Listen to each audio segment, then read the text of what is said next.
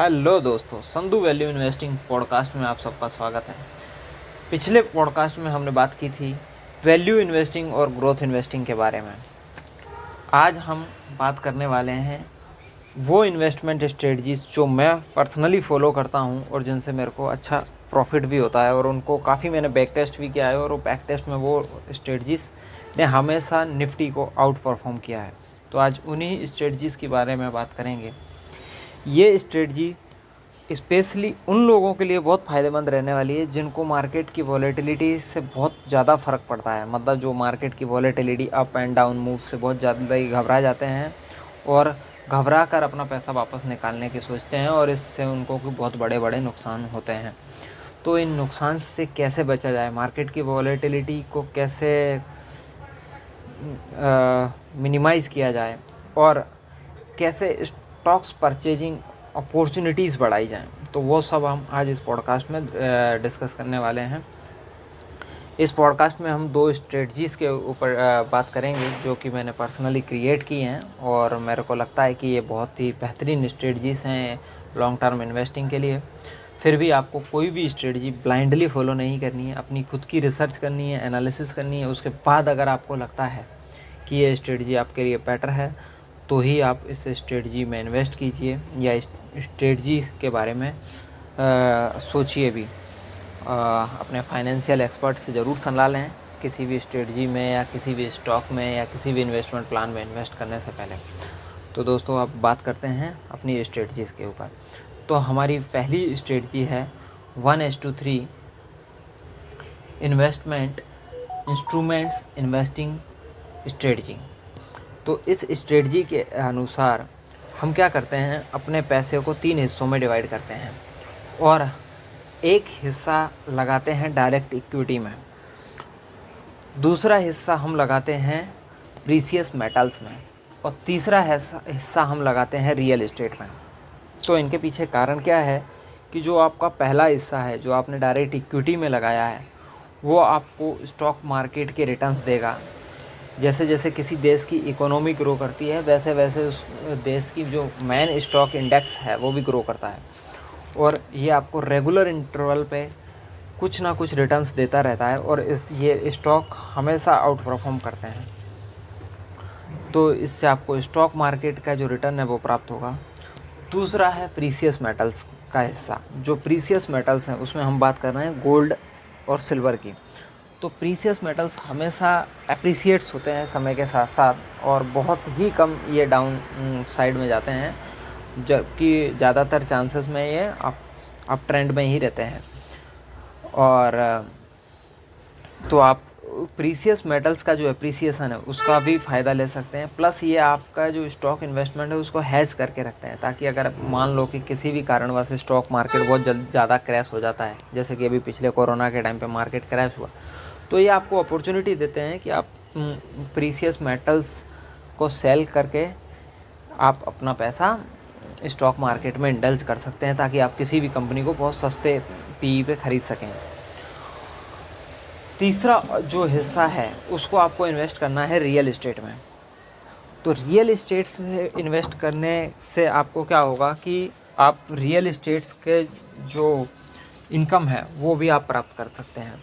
तो जैसे हम सब जानते हैं कि स्टॉक्स में इन्वेस्ट करने से डिविडेंड इनकम मिलती है, और प्रीशियस मेटल्स में इन्वेस्ट करने से जो प्रीशियस मेटल्स का एप्रिसिएशन है वो मिलता है।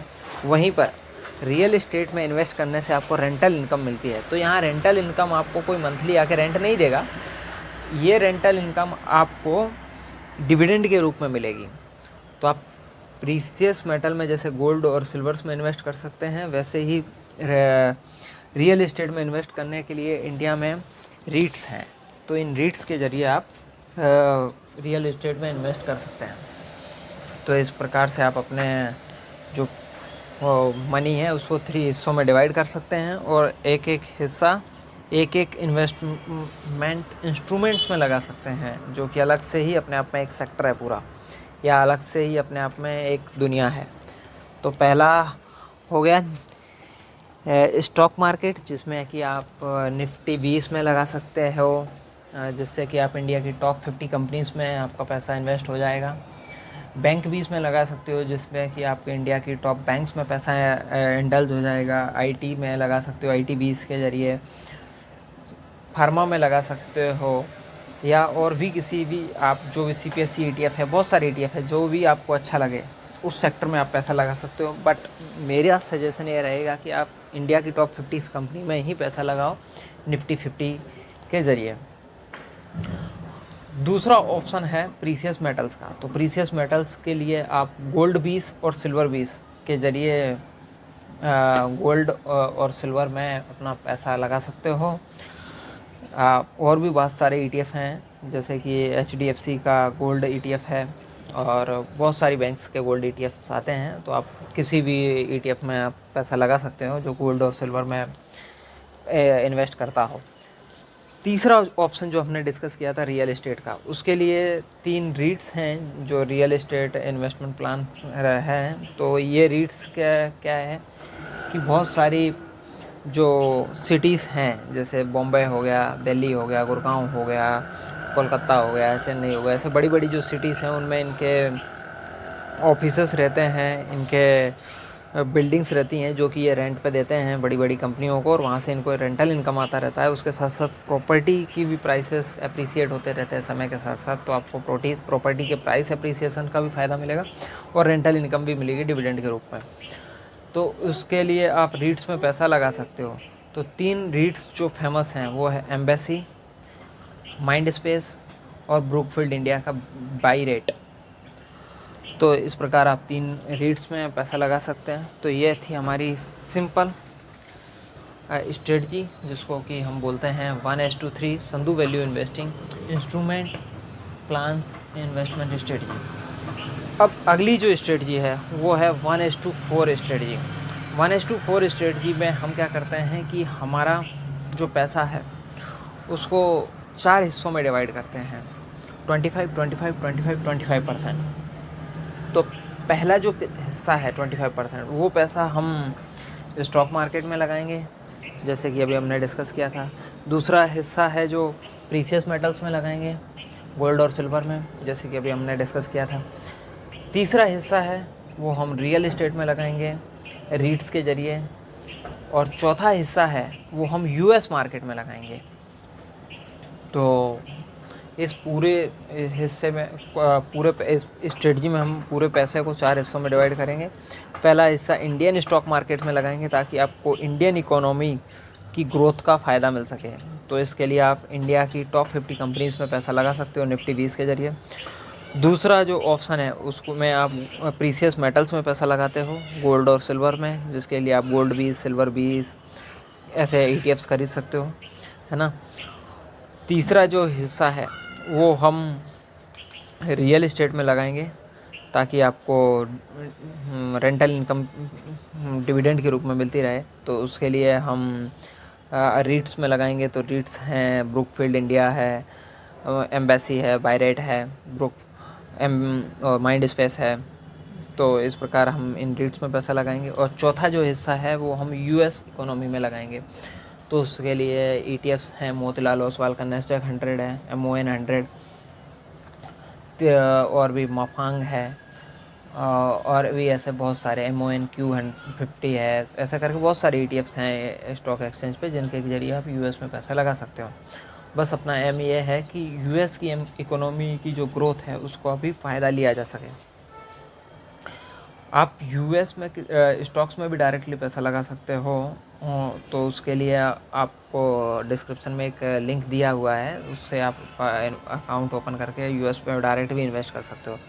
वैसे ज़्यादा सेफ यही रहेगा कि आप इंडियन स्टॉक एक्सचेंज से ही परचेज करो। तो उसके लिए आप का ज़ीरोधा पे अकाउंट खोल सकते हो और उस डीमैट अकाउंट में आप ये इन्वेस्टमेंट स्ट्रेटजीज बना सकते हो। वैसे मैं जो करता हूँ उसके प्लान ऐसा है कि मैं ज़ीरोधा में मैंने अकाउंट खोला है, और वहाँ पर एक टूल्स में एक ऑप्शन आता है बकेट का, वो बास्केट का। तो बास्केट में आप बास्केट क्रिएट कीजिए, उसको एक स्ट्रेटजी का नाम दे दीजिए, जैसे कि उदाहरण के लिए जैसे मैंने दिया 1:3 संधू वैल्यू इन्वेस्टिंग स्ट्रेटजी। तो उसमें आप 1:3 में 33% पैसा, उदाहरण के लिए अगर किसी को 3,000 रुपये डालने हैं तो 1,000 रुपये निफ्टी 20 में डाल सकता है, 1,000 रुपये गोल्ड और सिल्वर में डाल सकता है, और बाकी का 1,000 रुपये रियल एस्टेट में डाल सकता है। जो ये बास्केट क्रिएट की है, उस बास्केट को आपको उसके बाजू में एक और टैब रहती है SIP क्रिएट करनी पड़ती है, और उस SIP को इस बास्केट से लिंक कीजिए और उसकी एक पर्टिकुलर तारीख दे दीजिए कि हर महीने की इतनी तारीख को इतने टाइम पर ये बास्केट एग्जीक्यूट हो जाएगी। तो उस टाइम पे वो बास्केट ऑटोमेटिकली एग्जीक्यूट हो जाया करेगी अगर आपके अकाउंट में पैसे होंगे तो इस प्रकार आप बास्केट्स क्रिएट कर सकते हो। किस प्रोपोर्शन में, किस स्ट्रेटजी में क्या पैसा डालना है वो हमने इस पॉडकास्ट में डिस्कस किया है। और भी डिटेल में अगर आपको जानकारी लेनी है तो मैं इस पॉडकास्ट के डिस्क्रिप्शन में एक लिंक दूंगा, उससे आप हमारा टेलीग्राम चैनल ज्वाइन कर सकते हो और वहाँ से इस स्ट्रेटजी के बारे में जानकारी ले सकते हो कि किस किस प्रोपोर्शन में क्या क्या इन्वेस्ट करना है, कैसे इन्वेस्ट करना है। और ये सिर्फ एजुकेशनल पर्पज़ के लिए, आप अपनी रिसर्च भी ज़रूर कीजिए और उसके बाद ही अपना इन्वेस्टमेंट प्लान क्रिएट कीजिए। Thank you. फिर मिलते हैं किसी नई स्ट्रेटजी के साथ, नए प्लान के साथ, नई जानकारी के साथ, स्टॉक मार्केट को समझने की कोशिश के साथ। धन्यवाद दोस्तों।